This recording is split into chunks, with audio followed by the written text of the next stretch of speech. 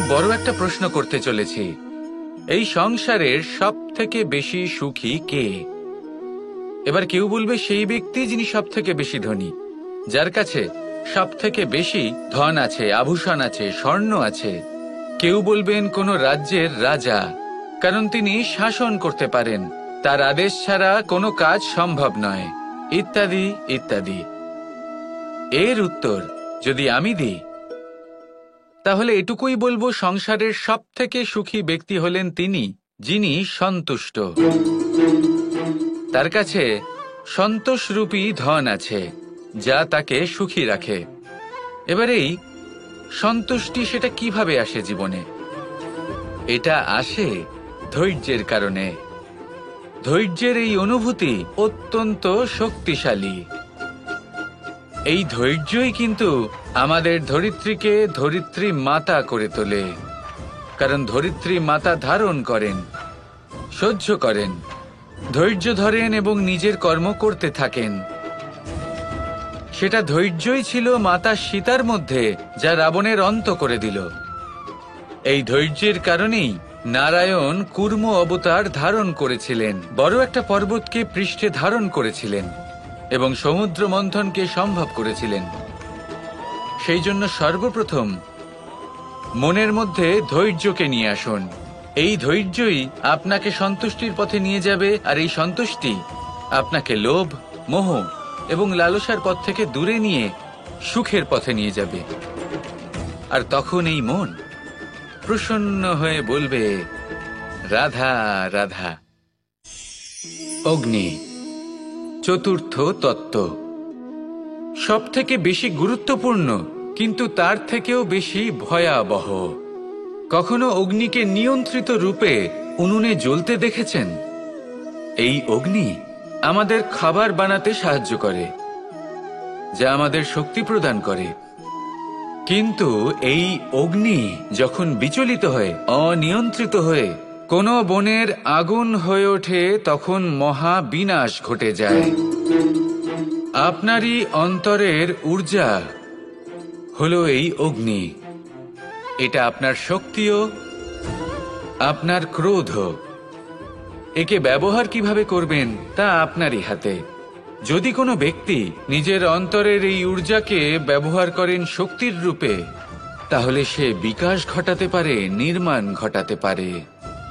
কিন্তু যদি কোনো ব্যক্তি তার অন্তরের ঊর্জাকে বিধ্বংসী অস্ত্র বানিয়ে ফেলেন, তাহলে নিশ্চিত রূপে মহা বিনাশ ঘটতে পারে, যাতে বিনাশ তারও অবশ্যই হবে। অনেক বছর পূর্বে এমনই এক আগুনের দ্বারা এই সুন্দর পৃথিবীর নির্মাণ হয়েছিল, আর অনেক বছর পূর্বে এমন এক আগুনেই সমস্ত জীব এবং সংসার বিলুপ্ত হয়ে গেছিল। এবার আপনি আপনার অন্তরের ঊর্জা দ্বারা বিনাশ ঘটাতে চান নাকি নির্মাণ ঘটাতে চান, সেই সিদ্ধান্ত আপনারই। আসুন আমার সাথে ভালোবেসে বলুন, রাধা রাধা। असतो मा सद्गमय, तमसो मा ज्योतिर्गमय, মৃত্যুর্মা মৃতঙ্গময়।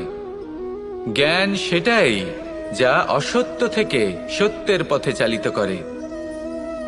প্রকাশ সেটাই যা অন্ধকার থেকে আলোর পথে নিয়ে আসে। জীবন সেটাই যা মৃত্যু থেকে অমরত্বের পথে নিয়ে যায়। এবার এই তিনটে, জ্ঞান, জীবন এবং প্রকাশ, একই রকম। শূন্য থেকে এর উৎপত্তি হয় এবং আস্তে আস্তে আপনার জীবনে বিস্তার লাভ করে। এবার আমরা এটাই ভাবি যে কেমন করে এই তিনটিকে আগলে রাখা যায়। এর উত্তর হলো, এদের আগলে রাখার প্রয়োজনই নেই, ভাগ করে দিতে হবে। কোনো বৃক্ষকেই দেখে নিন, একটি বৃক্ষ অনেক বছর ধরে বেঁচে থাকে। কেন? কারণ সে ভাগ করে দিতে জানে। সে নিজের বীজ ছড়িয়ে দেয়, এই ধরিত্রীতে দেয়, সেই বীজ যা অঙ্কুরিত হয়ে এক নতুন বৃক্ষকে জন্ম দেয়। শুধু ছড়িয়ে দিয়ে একটি বৃক্ষ জীবন দান করতে পারে। যদি কোনো ব্যক্তি জ্ঞান ছড়াতে শিখে যান, যদি প্রকাশ, আলোর কিরণ ছড়িয়ে দিতে শিখে যায়, কোনো ব্যক্তি তার জীবনের সুখ ছড়িয়ে দিতে শিখে যান, তাহলে তিনি মৃত্যুর পরও মৃত হন না। এই ভাগ করে দেওয়ার সুখটাই কিছুটা আলাদা। এই সুখ অনুভব করুন আর আমার সাথে ভালোবেসে বলুন, রাধা রাধা। এই সংসারে এমন কখনোই হবে না যে আপনি কিছু একটা করলেন কিন্তু তার মূল্য আপনাকে দিতেই হলো না। যে কোনো কাজের জন্য, যে কোনো কর্মের জন্য আপনাকে মূল্য দিতেই হবে। প্রকৃতিও আমাদের এটাই শেখায়। আকাশে দেখুন সূর্যকে, প্রত্যেকদিন আমাদের প্রকাশ প্রদান করেন। এনাকে সূর্যনারায়ণ বলা হয়। ইনি কি মূল্য প্রদান করেন? নিজে জ্বলতে থাকেন। ধরিত্রী মাতা, এই ভূমি, ইনি কি মূল্য প্রদান করেন? প্রহার সহ্য করেন। আমরা এই ধরিত্রীতে প্রহার করে মাটি খুঁড়ে তাতে বীজ বপন করি, তবেই আমরা অন্ন লাভ করি, তবেই ফসল পাই। জীবনে যদি আপনাকে সফল হতে হয়, সম্মান পেতে হয়, যশ পেতে হয়, তাহলে আপনাকে মূল্য দিতেই হবে। যদি আপনি সাফল্য লাভ করতে চান তাহলে দিন রাত আপনাকে ত্যাগ করতে হবে, যেখানে সমগ্র সংসার সন্তোষ অনুভব করছে আর আপনাকে করতে হচ্ছে পরিশ্রম। যদি আপনি সম্মান প্রাপ্ত করতে চান তাহলে আপনাকে সেই সুখ ত্যাগ করতে হবে যা সবার কাছে রয়েছে। যদি আপনি যশ লাভ করতে চান তাহলে নিজের অন্তরকে মেরে ফেলা আপনাকে শিখতে হবে, তবেই আপনি যশ লাভ করবেন। জীবনে শুধুমাত্র ধন মূল্যবান নয়, কিন্তু এই যে মূল্যের কথা আমি বলছি সেটা যদি আপনি দিতে পারেন তাহলে নিশ্চিত রূপে এটা আপনাকে আরো মূল্যবান করে তুলবে, নিশ্চিত রূপে গড়ে তুলবে। তাহলে এটাই করুন আর আমার সাথে ভালোবেসে বলুন, রাধা রাধা। জীবনে যখন কোনো ব্যক্তি নিজের লক্ষ্য প্রাপ্তির জন্য নিরন্তর পরিশ্রম করতে থাকেন, চেষ্টা করতে থাকেন, তখন তিনি কষ্ট অনুভব করেন। কখনো শারীরিক কষ্ট, কখনো মানসিক কষ্ট। এবার উনি এটা ভাবতে থাকেন যে আমি কি উচিত করছি নাকি অনুচিত করছি। কারণ অন্যদিকে এমন একজন ব্যক্তিও আছেন যিনি একদমই পরিশ্রম চেষ্টা করছেন না। তিনি মদিরা পান করেন, বিলাসিতায় জীবন কাটান, অলস প্রকৃতির হয়ে ওঠেন, নিদ্রাতে বিলীন হয়ে থাকেন আর ভাবেন যে তিনি সুখ লাভ করছেন। কিন্তু এরকম কেন হয়? কারণ যখন আমরা সৎ পথে থাকি, উচিত পথে চলি, লক্ষ্য প্রাপ্ত করার জন্য চেষ্টা করতে থাকি, তখন আমাদের ভেতরে থাকা নেতিবাচক শক্তি এবং পাপ এই দেহকে ত্যাগ করে দেয়।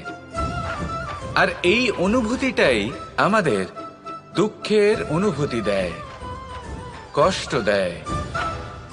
এবার সেখানে যদি আমরা কুপথে চলি, অনুচিত পথে চলতে থাকি, তাহলে আমাদের ভেতরে থাকা পুণ্য এবং ধনাত্মক শক্তি আমাদের দেহ ত্যাগ করে দেয়। আর এই অনুভূতির কারণেই আমরা সুখ অনুভব করি। কিন্তু কখনো ভাববেন যে এই সুখ বেশি সময় পর্যন্ত থাকে না।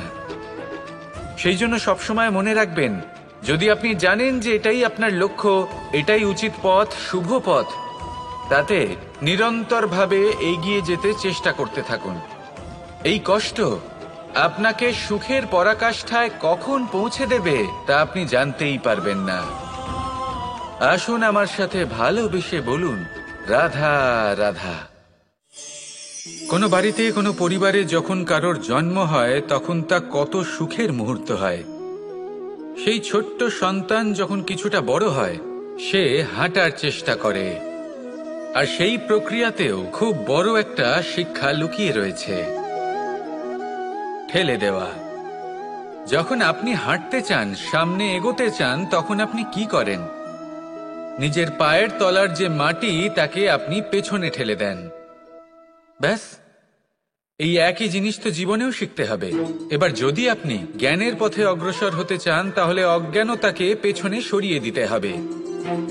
যদি আপনি প্রকাশের দিকে এগোতে চান তাহলে অন্ধকারকে পেছনে সরিয়ে দিতে হবে। যদি আপনি ভবিষ্যতে সফল হতে চান তাহলে অতীতের যে অসফলতাগুলিকে পেছনে সরিয়ে দিতে হবে। যে জল বইতে বইতে থেমে যায় তাকে আমরা নালা বলে থাকি, তার থেকে দুর্গন্ধ বের হয়। কিন্তু যে জল বইতেই থাকে তাকেই আমরা পবিত্র জল বলি। তাহলে আপনিও কর্ম করতে থাকুন, কখনো থামবেন না। আর আমার সাথে ভালোবেসে বলুন, রাধা রাধা। যোগাসন। যোগাসনে আসন অত্যন্ত গুরুত্বপূর্ণ। এবার আমি বলবো সবথেকে শ্রেষ্ঠ আসন কোনটি। আশ্বাস। নিজেকে আশ্বস্ত করতে থাকুন যে আমি আছি, সব ঠিক হবে, যা হচ্ছে ভালোর জন্য হচ্ছে। এই আশ্বাস আপনাকে জীবনে এমন ধনাত্মক বিশ্বাস দেবে যে আপনি বড় বড় সমস্যার সমাধান করতে পারবেন। এবার যদি কথা বলি সবথেকে কঠিন সময়ের, তাহলে সেটা হলো বিচ্ছেদের। যা মা সীতাকে সহ্য করতে হয়েছে শ্রীরামের জন্য, রাধা কৃষ্ণকেও সহ্য করতে হয়েছে। যে ব্যক্তি বিচ্ছেদের সময় সঠিক পথে চলে এসেছে, সে জীবনে অনেক শ্রেষ্ঠ স্থানে অবশ্যই পৌঁছতে পারবে। এবার যদি কথা বলি সবথেকে জরুরি এবং গুরুত্বপূর্ণ সময়ের, তাহলে সেটা হলো সংযোগ। সকলকে সাহায্য করতে থাকুন।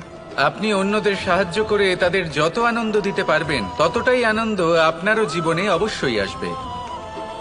আসুন আর আমার সাথে ভালোবেসে বলুন রাধা রাধা। এই সংসারের সবথেকে বড় যুদ্ধ কোনটা? দেব-অসুরের যুদ্ধ, যা অনেক বছর ধরে চলেছিল, নাকি রাম রাবণের যুদ্ধ, নাকি মহাভারত? না, সংসারের সবথেকে বড় যুদ্ধ হলো সেইটা যা নিজের সাথে লড়া হয়, নিজের মনের সাথে লড়া হয়, নিজের অন্তরের সাথে লড়া হয়। এটাই সবথেকে বড় যুদ্ধ। এবার নিজেই দেখুন আপনার সবথেকে বড় শত্রুকে। আপনার স্বার্থ, আপনার কামনাগুলি, আপনার অহংকারগুলি, যা আপনাকেই নষ্ট করে দেয়। যদি এদের ওপর আপনি বিজয় লাভ করতে পারেন, তাহলে ধরে নিন এই সংসারে সবার উপরে আপনি বিজয় লাভ করতে পারবেন। এই সংসারে কেউ আপনাকে পরাজিত করতে পারবে না। কিন্তু তার জন্য প্রয়োজন অনুভূতির। অনুভূতি ভালোবাসার, অনুভূতি অনুপ্রেরণার। যে ব্যক্তি ভালোবাসতে পারেন এবং প্রেরণা দিতে পারেন, তিনি চিরকাল জয়লাভ করতে পারেন। নিজের কাছে ভালোবাসার এক অস্ত্র রাখুন আর প্রেরণার এক ঢাল। জীবনে কেউ আপনাকে পরাজিত করতে পারবে না। আসুন আর আমার সাথে ভালোবেসে বলুন রাধা রাধা। মানুষ চিরকাল বড় মানুষ হয়ে উঠতে চায়, সবসময় সেই নিয়ে কল্পনা করে। কিন্তু প্রশ্ন হলো এটাই যে মানুষ বড় কখন হতে পারে? যখন সে ধনী হয়ে ওঠে, নাকি যখন তার কাছে সম্মান থাকে, নাকি যখন রূপবান হয় বা অধিক শক্তিশালী হয়? মানুষ বড় মানুষ তখনই হতে পারে যখন বিপদের সময় সে অন্য কোনো মানুষের পাশে এসে দাঁড়ায়। তাই সর্বপ্রথম এটা শিখুন। হয়তো এই জন্যই হনুমান শ্রীরামের কাছে এতটা বড়, আর হয়তো এই জন্যই বলরাম দাদা আমার কাছে এত বড়। যদি আপনিও জীবনে বড় হয়ে উঠতে চান, তাহলে কারোর সাথে তার দুঃখের সময়, তার সংকটের সময় তাকে সঙ্গ দিন আর পাশে এসে দাঁড়ান।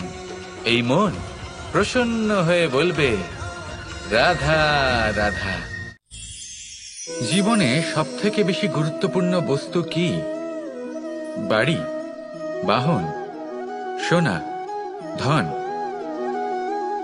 যদি আমি সত্যি বলি, তাহলে জীবনে সবথেকে বেশি গুরুত্বপূর্ণ বস্তু কোনো বস্তুই নয়। যদি কিছু গুরুত্বপূর্ণ থাকে, তাহলে তা হলো অনুভূতি, করুণা, মিত্রতা, মাতৃত্ব, বাৎসল্য, আর সবথেকে বেশি গুরুত্বপূর্ণ ভালোবাসা। নিজেদের এই জীবনে যদি আপনি শুধুমাত্র বস্তুর খেলাতে মেতে থাকেন, তাহলে জীবনে আনন্দ কখনোই থাকবে না। নিজের এই জীবনকে অনুভূতির পীঠস্থান বানিয়ে তুলুন।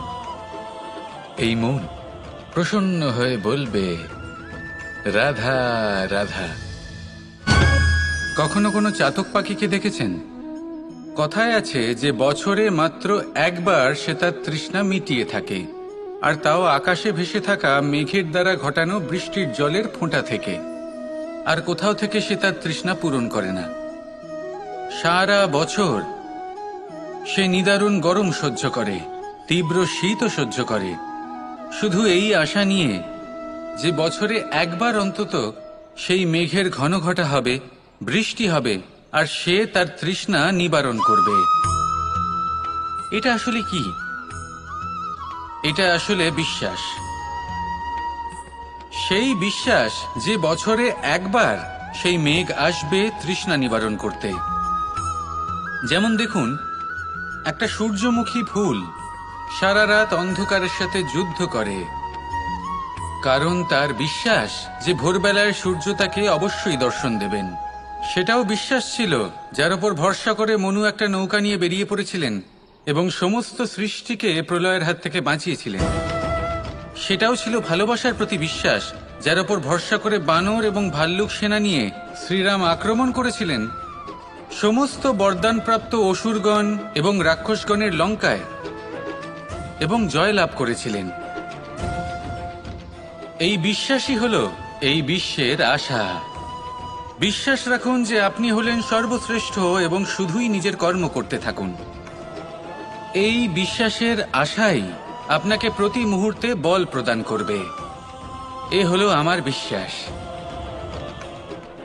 আসুন আর আমার সাথে ভালোবেসে বলুন, রাধা রাধা। সংসারের বিভিন্ন ক্ষেত্রে আপনি অনেক কিছুই দেখতে পাবেন, যে কোনো খেলা, কোনো নাটক দেখতে পাবেন, কেউ কোনো খেলা খেলছে তা দেখতে পাবেন, আর দর্শকগণ এই দেখে অত্যন্ত আনন্দ লাভ করেন, হাততালি দিতে থাকেন, প্রশংসা করতে থাকেন, নিজের অন্তরের উৎসাহ প্রকাশ করতে থাকেন। কি দেখে করেন? সেই সমস্ত খেলোয়াড়দের দেখে করেন যারা এই খেলাটা খেলছে, তাই না? কিন্তু অনেক সময় সেই খেলোয়াড়রা সেই খেলার আনন্দ উপভোগ করতে পারেন না, কারণ ওনারা চাপা পড়ে যান তাদের কামনার চাপে। জয় লাভ করার কামনা, প্রথম স্থান লাভ করার ইচ্ছে, প্রতিযোগিতায় সব থেকে এগিয়ে থাকার ইচ্ছে তাদেরকে এই খেলা উপভোগ করতেই দেয় না। সেই জন্য কখনো কখনো এই খেলোয়াড়দের থেকে অনেক বেশি আনন্দ উপভোগ করেন দর্শকগণ, যেখানে এই খেলাটা কিন্তু খেলছেন খেলোয়াড়রাই। আমি এটা বলছি না যে এই ইচ্ছে, এই আকাঙ্ক্ষা অনুচিত না, কিন্তু তার সাথে সেই খেলা, সেই কর্মের আনন্দ উপভোগ করাও অত্যন্ত গুরুত্বপূর্ণ। তাই সেটা উপভোগ করুন। যে উৎসাহ আপনি উপভোগ করছেন তা যাপন করা অত্যন্ত গুরুত্বপূর্ণ। দেখুন, সত্যি বলতে এটা কিন্তু আপনার অধিকারও বটে। আপনি যে কর্ম করছেন তার ফল তো আপনি অবশ্যই পাবেন। সেটা যখন আপনি পাচ্ছেন তখন আপনার তা উপভোগ করা উচিত। সেটাই করুন। জীবনে সফলতা এবং অসফলতা এরা আসা যাওয়া করতে থাকে। যখন সাফল্য আসবে তখন তা উপভোগ করুন, যখন অসফলতা আসবে তখন তার থেকে শিক্ষা লাভ করুন। সাফল্য আপনার কাছে আবার ফিরে আসবে। আর এই মন, আপনি তো জানেন, এই মন প্রসন্ন হয়ে বলবে, রাধা রাধা। মানুষ ছোট হোক বা বড়, রাজা হোক বা দরিদ্র, সমস্ত মানুষের মধ্যে একটা সামঞ্জস্য থাকে। সমস্ত মানুষের কাছে তার প্রশংসা অত্যন্ত গুরুত্বপূর্ণ। সে খুবই প্রসন্ন হয় যদি আপনি তার প্রশংসা করেন, কিন্তু আপনি যদি তাকে এটা বলেন যে এটা তোমার ভুল ছিল, তোমার কিছু খামতি ছিল, তখন সেটা সে মানতে রাজিই থাকে না। সব মানুষ এটা শুনতে পছন্দ করে যে সে যেটা করেছে সেটাই সর্বোত্তম। এবার আমি আপনাকে একটা কথা বলি, এ হলো নিন্দা, এ হলো প্রশংসা, আর এই হলো সত্য, যা সবার থেকে উচ্চস্থানীয়। সেই জন্য মানুষ আয়না দেখে। আয়না তাকে তার সৌন্দর্য দেখায় না, তাকে দেখায় যা সত্য, যাতে মানুষ আরো সুন্দর হওয়ার চেষ্টা করতে থাকে। তাই আয়না অত্যন্ত গুরুত্বপূর্ণ সত্যকে জানার জন্য। জীবনে নিন্দুকের মাহাত্ম্য প্রশংসকের মাহাত্ম্যের থেকে অনেক বেশি। কেন? কারণ তারা আপনাকে আপনার খামতি দেখায়, আপনার ভুলগুলো বুঝিয়ে দেয়, আপনাকে একটা সুযোগ দেয় নিজেকে শুধরে নিতে, নিজেকে আরো শ্রেষ্ঠ করে তুলতে, যা প্রশংসক করতে পারে না। তাই জীবনে যদি কখনো নিন্দা করা হয়, তাকে ভালোবেসে গ্রহণ করুন, ধন্যাত্মক রূপে গ্রহণ করুন। যদি নিজেকে কোনো শিক্ষা দেওয়া সম্ভব হয় তাহলে অবশ্যই দিন। দেখবেন মন প্রসন্ন হয়ে বলবে, রাধা রাধা। পুরুষার্থ, শাস্ত্রে 4 ধরনের পুরুষার্থের কথা বলা হয়েছে। প্রথম হলো ধর্ম। আপনি কি জানেন এই ধর্ম আসলে কি? আপনার কি মনে হয় ধর্ম আসলে কি? কোনো বিশেষ ঈশ্বরকে মানাই কি ধর্ম বলা হয়? নাকি কোনো বিশেষ রীতি পালন করাই হলো ধর্ম? নাকি কোনো বিশেষ সাহিত্যকে সর্বশ্রেষ্ঠ মনে করাই হলো ধর্ম? না, ধর্ম হলো সেটা যাকে ধারণ করা যেতে পারে। আর ধারণ শুধু সেটাই করা যায় যা পবিত্র। পবিত্র শুধু তাকেই বলা হয় যা নিঃস্বার্থ, যার মধ্যে শাসন করার কোনো ইচ্ছে নেই, যা সরলভাবেই প্রবাহমান, জল এবং বায়ুর মতো। যখন কোনো ব্যক্তি ধর্মকে ধারণ করেন এবং সেই ধর্ম সেই ব্যক্তিকে রক্ষা করে, তখন তাকে ধর্ম বলা হয়। ধর্ম যা রক্ষা করে অহংকার থেকে, খারাপ চিন্তার হাত থেকে। সেই জন্য পুরুষার্থ গড়ে তোলার আগে, ধর্ম পালন করার আগে ধর্মের প্রকৃত অর্থ কি সেটা বুঝে নিন। এটা জেনে রাখুন যে সমস্ত ধর্মের আধার, সমস্ত ধর্মের ভিত শুধুমাত্র ভালোবাসা। আসুন আর এই ভালোবাসার সাথেই বলুন রাধা রাধা। মানুষ ছোট হোক বা বড়, রাজা হোক বা দরিদ্র, সমস্ত মানুষের মধ্যে একটা সামঞ্জস্য থাকে। সমস্ত মানুষের কাছে তার প্রশংসা অত্যন্ত গুরুত্বপূর্ণ। সে খুবই প্রসন্ন হয় যদি আপনি তার প্রশংসা করেন, কিন্তু আপনি যদি তাকে এটা বলেন যে এটা তোমার ভুল ছিল, তোমার কিছু খামতি ছিল, তখন সেটা সে মানতে রাজিই থাকে না। সব মানুষ এটা শুনতে পছন্দ করে যে সে যেটা করেছে সেটাই সর্বোত্তম। এবার আমি আপনাকে একটা কথা বলি, এই হলো নিন্দা, এই হলো প্রশংসা, আর এই হলো সত্য, যা সবার থেকে উচ্চস্থানীয়। সেই জন্য মানুষ আয়না দেখে। আয়না তাকে তার সৌন্দর্য দেখায় না, তাকে দেখায় যা সত্য, যাতে মানুষ আরও সুন্দর হওয়ার চেষ্টা করতে থাকে। তাই আয়না অত্যন্ত গুরুত্বপূর্ণ সত্যকে জানার জন্য।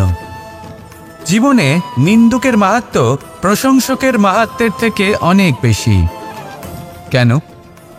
কারণ তারা আপনাকে আপনার খামতি দেখায়, আপনার ভুলগুলো বুঝিয়ে দেয়, আপনাকে একটা সুযোগ দেয় নিজেকে শুধরে নিতে, নিজেকে আরো শ্রেষ্ঠ করে তুলতে, যা প্রশংসক করতে পারে না। তাই জীবনে যদি কখনো নিন্দা করা হয়, তাকে ভালোবেসে গ্রহণ করুন, ধন্যাত্মক রূপে গ্রহণ করুন। যদি নিজেকে কোনো শিক্ষা দেওয়া সম্ভব হয় তাহলে অবশ্যই দিন। দেখবেন মন প্রসন্ন হয়ে বলবে রাধা রাধা। জীবনে কখনো সাফল্য আসে, আবার কখনো অসফলতা, কখনো আশা পাওয়া যায়, কখনো নিরাশা, কখনো জয় লাভ করি, আবার কখনো পরাজয়। এর পেছনের কারণটা জানা অত্যন্ত প্রয়োজনীয়। যদি আমি পরাজয়ের কথা বলি, যখনই আমরা পরাজয় লাভ করি আমরা ভাবতে থাকি যে এমন কেন হলো?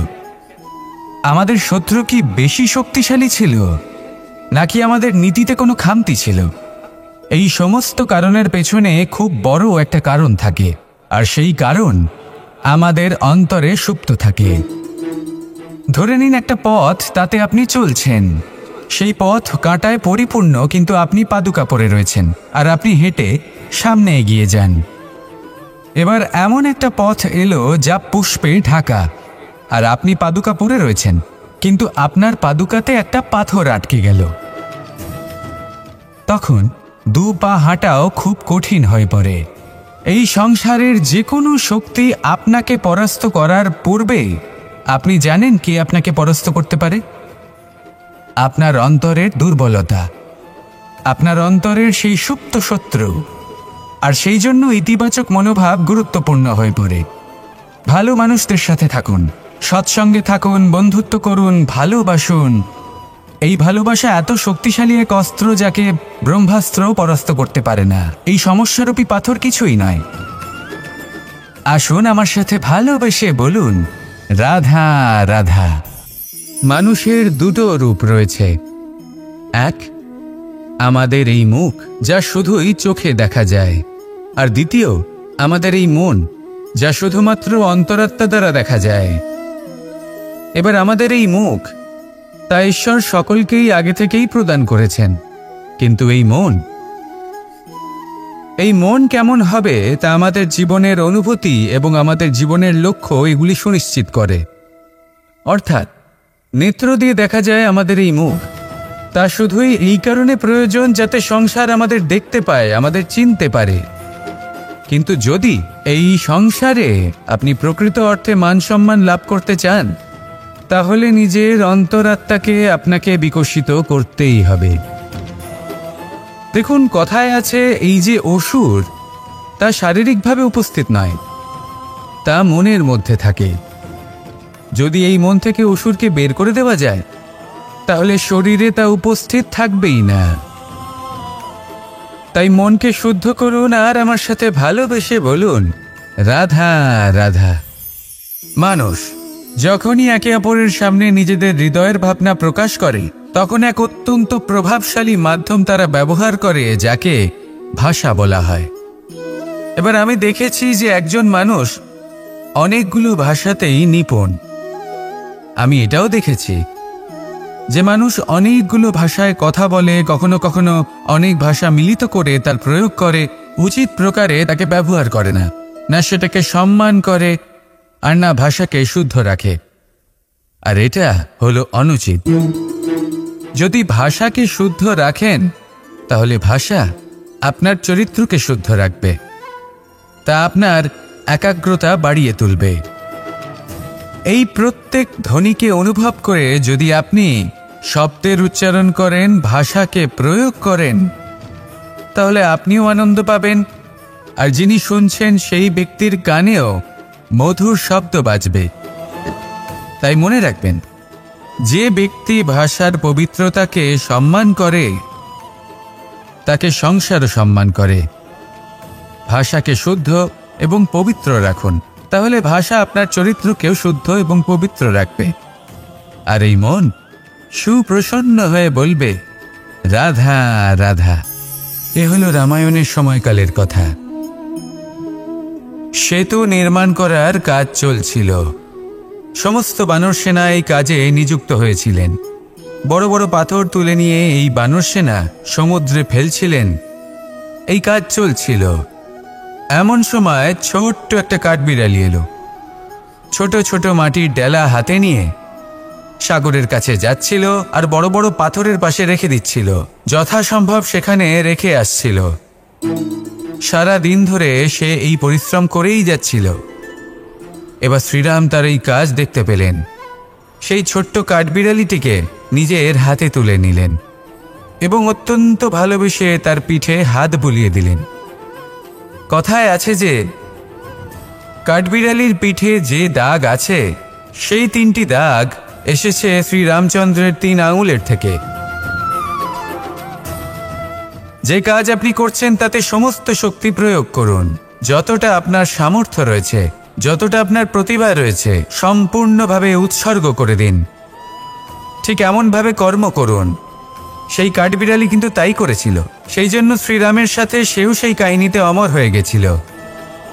সম্পূর্ণ শক্তি প্রয়োগ করুন, সম্পূর্ণ সামর্থ্যের সাথে কর্ম করুন, কারণ এটাই হলো শ্রেষ্ঠ পথ কোনো কর্ম করার। আসুন আমার সাথে ভালোবেসে বলুন, রাধা রাধা। এই সংসারে যখন সাফল্যের পথে আপনি অগ্রসর হবেন, তখন আপনার পরিশ্রম, একাগ্রতা, সাহসের সাথে সাথে সমাজের মানসিকতাও সহ্য করতে হবে। প্রত্যেক ব্যক্তি কিছু না কিছু ভাবেন, কিছু না কিছু বলেন। কিছু মানুষ এমন আছেন যারা ভাববেন যে আপনি কিছুই করতে পারবেন না। তারা আপনার নিন্দা করবেন, আর এই নিন্দার কথা ভেবেই আমরা ভয়ভীত হয়ে পড়ি। সেই কারণে নিজেদের আশা, নিজেদের বিশ্বাস হারিয়ে ফেলি। এবার যদি সেই নিন্দার ভয়ে আমরা লক্ষ্যচ্যুত হই, তাহলে সেটা অনুচিত। সেই জন্য জীবনে শুধু পরিশ্রম করতে থাকুন, সামনে এগোতে থাকুন। যেই দিন আপনি আপনার লক্ষ্য লাভ করবেন, সেই প্রত্যেক ব্যক্তি যারা নিন্দা করছিলেন, তাদের দৃষ্টি আপনা থেকেই পাল্টে যাবে, ঠিক কিনা? এই সংসারকে যা প্রাণ চায় তাই বলতে দিন। যদি আপনি কারোর কথা শুনতে চান, তাহলে নিজের অন্তরের কথা শুনুন। সেটাই আপনাকে উচিত পথে নিয়ে যাবে। সামনে অগ্রসর হতে থাকুন, পরিশ্রম করুন। এমন একটা দিন আসবে যেদিন এই নিন্দুক ব্যক্তিরা আপনার লক্ষ্য প্রাপ্তির উদাহরণ সবাইকে দেবে। আসুন আমার সাথে ভালোবেসে বলুন, রাধা রাধা। মানুষ সুখী জীবনযাপনের প্রতি এতটাই অভ্যস্ত হয়ে পড়ে যে একটা ছোট্ট সমস্যা এলেই সে সবার থেকে সাহায্য চাইতে শুরু করে দেয়। সে সাহায্য লাভও করে এবং সেই সংকট থেকে সে বেরিয়েও আসে। কিন্তু এই সাহায্য কিছু মুহূর্তের, আর কিছু মুহূর্তের হলো এই দুঃখ। এই 2 মুহূর্তের সাহায্যের জন্য আজীবন আপনি তার কাছে ঋণী হয়ে থাকেন। আর মানবিকতার খাতিরে আপনার মনে কৃতজ্ঞতা জেগে ওঠে, আর সেই কৃতজ্ঞতা বোধ হলো যে আপনি কখনো সেই ব্যক্তিকে ছাপিয়ে যেতেই পারবেন না। সেই জন্য জীবনে সবসময় চেষ্টা করবেন নিজেকে প্রস্তুত রাখতে সেই সব সমস্যার জন্য, সেই সব বাধার জন্য যেগুলো আপনার জীবনে আসতে পারে। ততক্ষণ সাহায্য চাইবেন না যতক্ষণ না অন্য কোনো পথ না থাকছে। সাহায্য চাওয়া অনুচিত নয়, কিন্তু সাহায্য চাইলে এবং সাহায্য পেলে আপনি আজীবন কৃতজ্ঞ এবং ঋণী হয়ে থাকবেন। আর তারপর একদিন আপনি পরিবর্তন দেখতে পাবেন যে কিভাবে আপনি ছোট ছোট সমস্যার জন্য সাহায্য না চেয়ে বড় বড় সমস্যার সম্মুখীন হতে প্রস্তুত হয়ে গেছেন। এটাই হলো সংসারের নীতি। এটাই পালন করুন আর আমার সাথে ভালোবেসে বলুন, রাধা রাধা। এমন অনেক মানুষ আছেন যারা আমাকে ভগবানের পরিভাষা জানতে চান, যে ভগবান আসলে কি, তিনি কেমন। এবার দেখুন, ভগবান হোক বা আপনার স্বপ্ন হোক বা আপনার লক্ষ্য হোক না কেন, সেই লক্ষ্য তখনই পূর্ণ হয়, তখনই তাকে লাভ করা সম্ভব যখন আপনার দৃষ্টিভঙ্গি মঙ্গলময় হয়। যখন আপনি নিজে মনে করবেন যে আমি যেটা পেতে চাইছি তা শুভ। উদাহরণস্বরূপ, কোনো পাখিকে দেখুন, সে গাছের ডালে বসে এবং সেখানেই বিশ্রাম করে, কিন্তু পড়ে না। কেন? কারণ ওর বিশ্বাস যে যে শাখার উপরে ও বসে আছে সেটাই হলো ওর বাসস্থান। যদি আপনি বিশ্বাস করেন তাহলে আপনি পাথরের মধ্যেও ভগবান দর্শন করতে পারবেন। আর যদি বিশ্বাস না থাকে, তাহলে যদি ভগবান সামনে দাঁড়িয়েও থাকে তবেও আপনার বিশ্বাস হবে না। তাই বিশ্বাস করতে শিখুন। এই বিশ্বাসের আধারেই আপনি সেই সব কিছু পাবেন যা আপনি পেতে চাইছেন। আসুন আমার সাথে ভালোবেসে বলুন, রাধা রাধা। গুরু, যিনি পথ দেখান, আমাদের জীবনে অত্যন্ত গুরুত্বপূর্ণ, অত্যন্ত আবশ্যক। কিন্তু কিছু মানুষ মনে করেন যে গুরুর কোনো প্রয়োজন নেই, কারণ এই সমগ্র জ্ঞান মানুষের অন্তরেই নিহিত রয়েছে। এবার প্রশ্ন এটাই, যদি সমস্ত জ্ঞান মানুষের অন্তরে নিহিত থাকে তাহলে গুরুর কি প্রয়োজন? আর যারা আজ পর্যন্ত গুরুকে মেনে এসেছেন তারা কি অনুচিত করেছেন? এর উত্তর আমি আপনাকে দেব একটা উদাহরণ দ্বারা। একটা কাঠ যা জ্বলনশীল, জ্বলনের ঊর্জা তার অন্তরে নিহিত রয়েছে, কিন্তু তার জ্বলনের জন্য বাইরে থেকে একটা অনুঘটকের প্রয়োজন হয়। এই অনুঘটকই হলেন আপনার গুরু।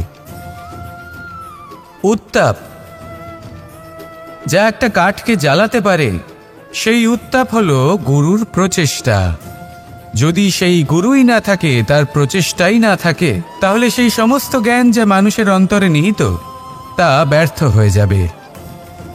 যদি আপনার সাথে আপনার গুরু থাকেন, আপনার পথ প্রদর্শন করেন, আপনার অন্তরের জ্ঞানকে বাইরে নিয়ে আসতে পারেন, তাহলে তাকে সম্মান করুন আর আমার সাথে ভালোবেসে বলুন, রাধা রাধা। असतो मा सद्गमय, तमसो मा ज्योतिर्गमय, मृत्युर्मा मृतंगमय। জ্ঞান সেটাই যা অসত্য থেকে সত্যের পথে চালিত করে। প্রকাশ সেটাই যা অন্ধকার থেকে আলোর পথে নিয়ে আসে।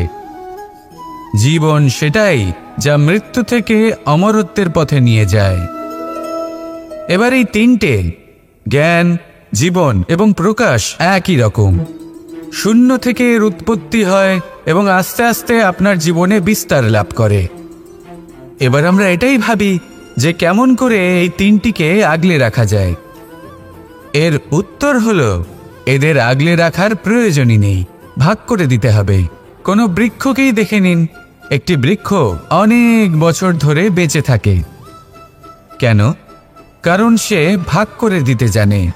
সে নিজের বীজ ছড়িয়ে দেয়, এই ধরিত্রীতে দেয়, সেই বীজ যা অঙ্কুরিত হয়ে এক নতুন বৃক্ষকে জন্ম দেয়। শুধু ছড়িয়ে দিয়ে একটি বৃক্ষ জীবন দান করতে পারে। যদি কোনো ব্যক্তি জ্ঞান ছড়াতে শিখে যান, যদি প্রকাশ আলোর কিরণ ছড়িয়ে দিতে শিখে যায়, কোনো ব্যক্তি তার জীবনের সুখ ছড়িয়ে দিতে শিখে যান, তাহলে তিনি মৃত্যুর পরও মৃত হন না। এই ভাগ করে দেওয়ার সুখটাই কিছুটা আলাদা। এই সুখ অনুভব করুন আর আমার সাথে ভালোবেসে বলুন, রাধা রাধা। আপনি কখনো কোনো সরোবরের দিকে তাকান, যার জল হলো শান্ত, স্থির। আপনি স্পষ্ট দেখতে পাবেন সেই সরোবরের তলদেশে কি রয়েছে। তাতে সাঁতরে বেড়াচ্ছে সুন্দর মাছ, চকচকে কিছু পাথর, স্বর্ণরূপী বালি, সবই আপনি দেখতে পাবেন। কিন্তু যখনই আপনি একটা ছোট্ট পাথর তুলে সেই জলে ছুঁড়ে ফেলবেন, তখন সেই জল বিচলিত হবে আর সেই স্পষ্টতা ন্যূনতম হয়ে যাবে। তারপর কিছুই স্পষ্টভাবে দেখা যাবে না। এই ঘটনা মানুষের সাথেও ঘটে। মানুষ যদি বিচলিত হয়ে পড়ে, তখন সে বুঝতে পারে না যে বর্তমানে কি হয়ে চলেছে আর ভবিষ্যতে কি করা উচিত। কিন্তু সেই মানুষ যদি শান্ত থাকেন, স্থির থাকেন, ধন্যাত্মক থাকেন, তাহলে নিশ্চিত রূপেই বুঝতে পারবেন যে বর্তমানে কি করতে হবে আর ভবিষ্যতে কি করতে হবে। তাই নিজের মধ্যে সেই স্থিরতা আনুন, সেই ধৈর্য ধরুন, নিজেকে শান্ত রাখুন আর সবার মধ্যে ভালোবাসা ছড়িয়ে দিন। এই মন প্রসন্ন হয়ে বলবে, রাধা রাধা। সম্পর্ক এ হলো এক বন্ধন যা আমাদের এক সূত্রে বেঁধে রাখে। কিন্তু এমন কিছু ব্যক্তি থাকেন যারা এই সম্পর্কের বিষয়ে নিজস্ব একটা ধারণা করে ফেলেন যে সম্পর্ক এরকম হওয়া উচিত, সম্পর্ক সেরকম হওয়া উচিত। আমি এই সম্পর্কের জন্য কত কিছু করেছি এই ব্যাখ্যা করতে থাকেন আর তার বদলে অনেক কিছু প্রত্যাশাও করেন। কিন্তু সত্য হলো এটাই যে সব সম্পর্ক একরকমের হয় না, কিন্তু প্রত্যেক সম্পর্কের একটা বিশেষত্ব থাকে। যেমন চোখ আর নাকের এই সম্পর্ককেই দেখুন। চোখের সব থেকে কাছে কে আছে? নাক আছে। কিন্তু এই চোখ দিয়ে এই নাককে আমরা দেখতেই পাই না। তবে কি ধরে নেব এই সম্পর্কের কোনো মূল্য নেই? এমনও নয়। ঠিক এইভাবেই যদি কোনো ব্যক্তি তার আবেগ আপনার কাছে ব্যক্ত করতে না পারেন বা প্রকট করতে না পারেন বা আপনাকে বোঝাতে না পারেন, তাহলে তার মানে এটা নয় যে তার সাথে আপনার সম্পর্কের তিক্ততা রয়েছে। এমনটা কখনোই নয়। শুধু চোখ আর নাকের এই সম্পর্কের মতোই হলো আমাদের জীবনে আমাদের আপনজনের সাথে সম্পর্ক। যদি কারোর ব্যবহার আপনার প্রতি অনুচিত হয় বা যদি কেউ অনুপস্থিত থেকে থাকে বা কেউ যদি আপনাকে বুঝতে না পারেন, তাহলে তার অর্থ এটা নয় যে আপনি সেই সম্পর্ক ভেঙে ফেলবেন। বুঝুন, আপনার জীবনে তার গুরুত্ব কোথায় আর তার জীবনে আপনার। সম্পর্ক গড়ে তুলুন, তাকে পালন করতে শিখুন, একসাথে মিলে চলুন। এই মন সুপ্রসন্ন হয়ে বলবে, রাধা রাধা। এই সমগ্র সংসারের সবথেকে গুরুত্বপূর্ণ ব্যক্তি কে? স্বয়ং আপনি। নিজের জন্য তো বটেই, তাই না? কারণ যখন আপনি জন্মগ্রহণ করেন, নিজের চোখ খোলেন, এই সংসারে আসেন, তখনই তো এই সংসারকে আপনি দেখতে পান, অনুভব করতে পারেন। এখানকার আবেগ, এখানকার মানুষজন তখন থেকেই অনুভব করেন। যদি আপনি না থাকেন, তাহলে এই সংসারের অস্তিত্ব আপনার কাছে শূন্যের সমান, তাই না? আপনি না থাকলে এই সংসারও আপনার কাছে নেই। এবার সবাই বলবেন যে এ তো সত্যি কথা। সেই অনুযায়ী তো আমার স্বার্থপর হওয়া উচিত, অহংকারী হওয়া উচিত, কারণ আমার কাছে আমিই তো সব কিছু। দৃষ্টিভঙ্গি পাল্টে দেখুন। আপনার কাছে সবথেকে বেশি গুরুত্বপূর্ণ ব্যক্তি কে? আপনি নিজেই। সেই মানুষটি কেমন হওয়া উচিত একটু ভেবে দেখুন। সবসময় সকলকে সাহায্য করুন, একসাথে মিলে পরিশ্রম করুন, সাহায্য করুন অন্যদেরকে, এটা অতি আবশ্যক। এবং তার থেকেও বেশি